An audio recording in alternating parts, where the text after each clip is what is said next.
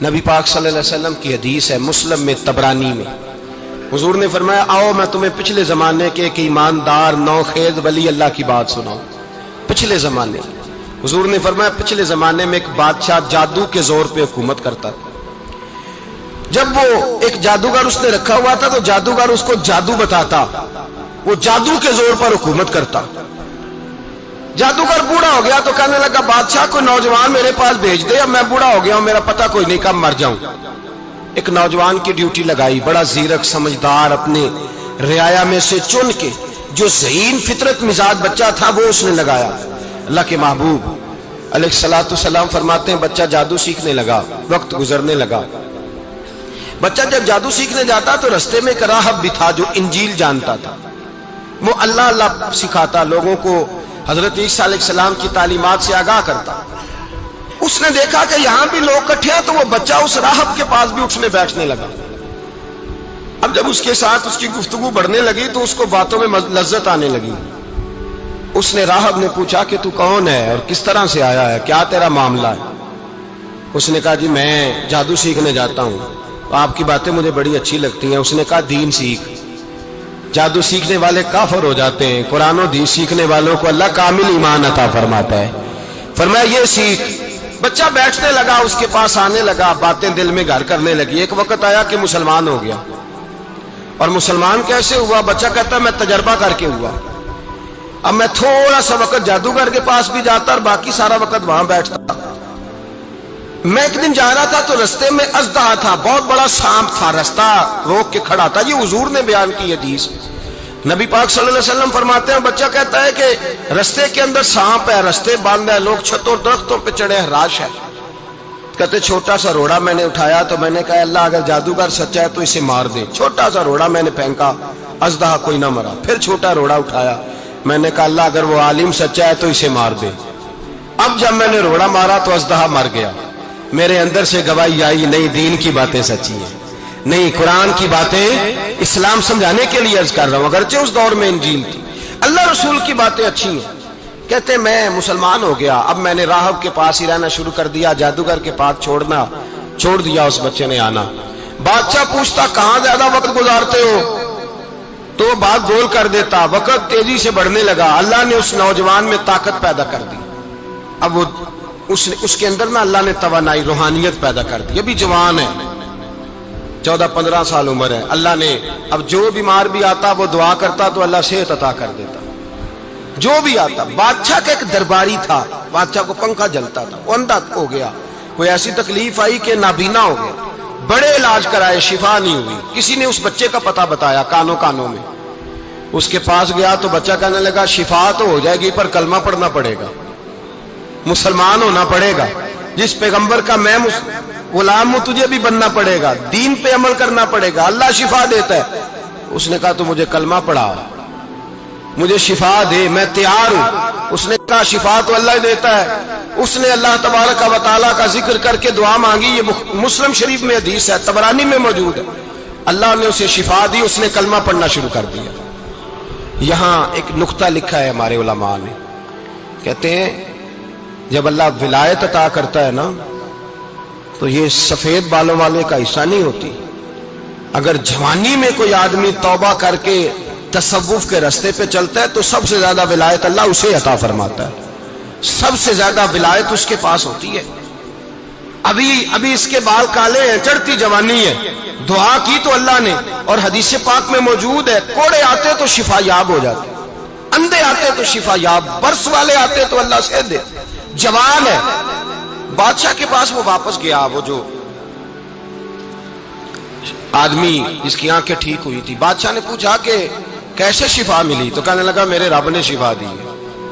بادشاہ سجدے کراتا تھا، اپنے آپ کو منواتا تھا، معاذ اللہ، کہنے لگا میرے علاوہ کون رب ہے؟ اس نے کہا وہی رب ہے جس نے تجھے پیدا کیا ہے، اور وہی رب ہے جس نے مجھے اندھے کو آنکھیں دی ہیں، وہی ہے میرا مالک۔ کہا اچھا تو مجھے نہیں مانتا؟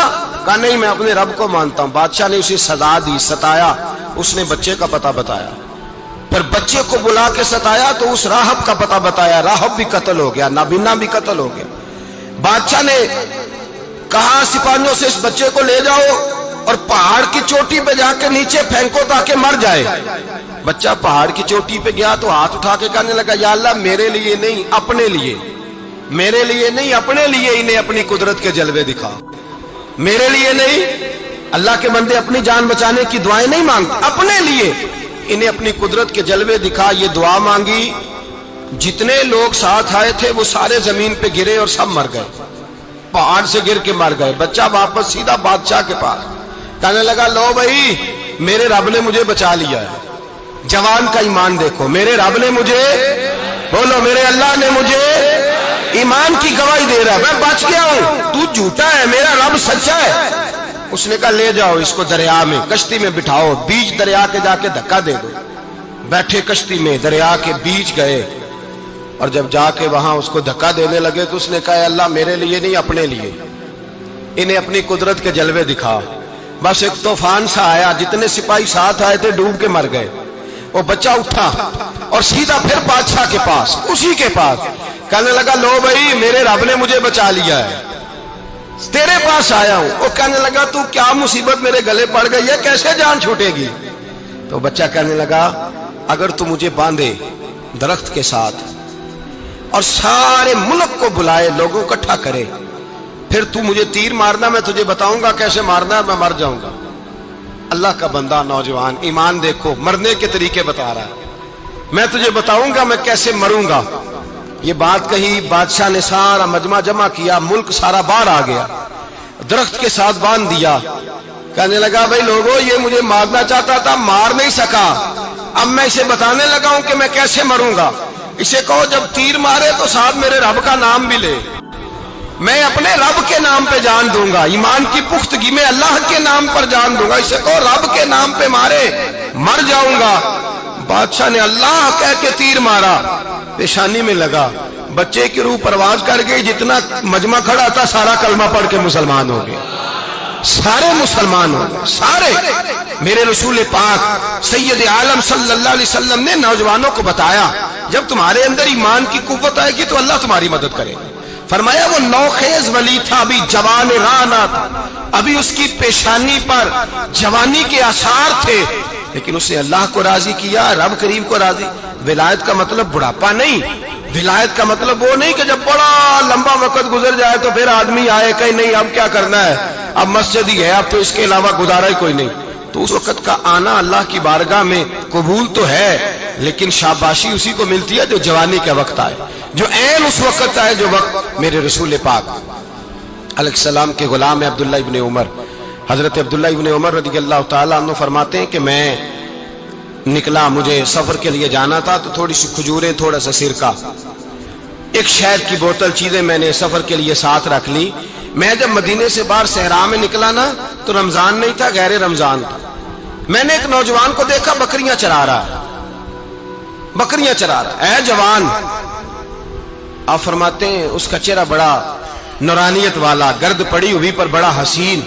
فرماتے ہیں میں نے اس کو کہا کہ آ جاؤ کھانا کھا لو، روزے بھی نہیں تھے۔ کہنے لگا نہیں میں نے روزہ رکھا ہوا ہے۔ فرماتے ہیں میں نے کہا پتہ کروں کہ نیرا نیک ہی ہے کہ پرہیزگار بھی ہے؟ نیک وہ ہوتا ہے جو نماز پڑھے روزہ رکھے، پرہیزگار وہ ہوتا ہے جو گناہ سے بچے، وہ پرہیزگار ہوتا ہے۔ کہا پتہ کروں پرہیزگار بھی ہے کہ نہیں؟ کہتے میں قریب گیا تو میں نے جا کے اس کو کہا بھائی تیری بکریاں بڑی پیاری ہیں، میرا دل کرتا ہے ایک بکری مجھے دے دو۔ کہتے وہ جوان، غربت بھی، پریشانی بھی، پر دامان توکل کی یہ خوبی ہے کہ اس پر پابند لگے ہوتے ہیں، دھبے نہیں ہوتے۔ غربت ہے، کہا جناب ایک بکری دے دو۔ آنے لگا جناب بکریاں میری نہیں، بکریوں کا مالک کوئی اور ہے۔ کہتے میں نے آزمانے کے لیے کہا کہ بکریوں کے مالک کو کہنا ایک بکری بھیڑیا لے گیا ہے، کہہ دینا بھیڑیا لے گیا ہے۔ تو کہتے اس نے میری طرف دیکھا، گرد سے اس کے بال لٹے ہوئے، آنکھوں میں روشنی، چہرے پہ اطمینان، لب و لہجے میں ایمان کی طاقت۔ نوجوان کہنے لگا حضور بکریوں کے مالک کو تو کہہ دوں گا بھیڑیا لے گیا ہے، جب عرش کا مالک پوچھے گا تو کیا جواب دوں گا؟ اللہ کو کیا جواب دوں گا؟ کہتے ہیں میں کانپنے لگا، اس کی بات سن کے واپس آیا، جو کام نکلا تھا وہ چھوڑا، واپس لوٹ آیا۔ میں نے پتہ کیا کس کا غلام ہے، پتہ چلا فلاں آدمی کا ہے۔ کہتے میں نے پہلے غلام خریدا، پھر پتہ کیا تیرے پاس بکریاں کتنی ہیں؟ اس نے کہا 400۔ کہتے میں نے مالک سے ساری بکریاں خریدی، پھر غلام کو بلایا، پھر وہ بکریاں تحفے میں دی، تحفے میں۔